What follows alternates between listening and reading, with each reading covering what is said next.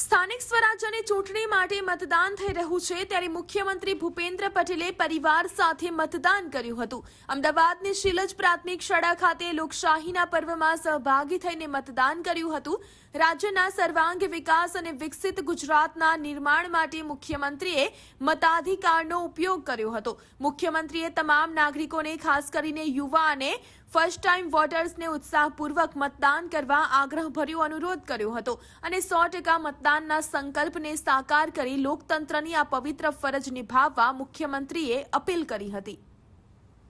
આજે ગુજરાતમાં સ્થાનિક સ્વરાજ્યની ચૂંટણી અને મતદાનનો દિવસ છે। લોકશાહીનો આ પવિત્ર ઉત્સવ દરેક જણે મનાવવો જોઈએ।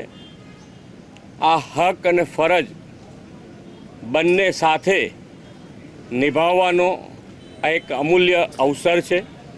બધાને જ ફરીથી અપીલ કરું છું કે ગરમી હોય, લગ્નગાળો હોય, બધું જ હોય, છતાંય આપણો પવિત્ર મત અવશ્ય આપવો જોઈએ।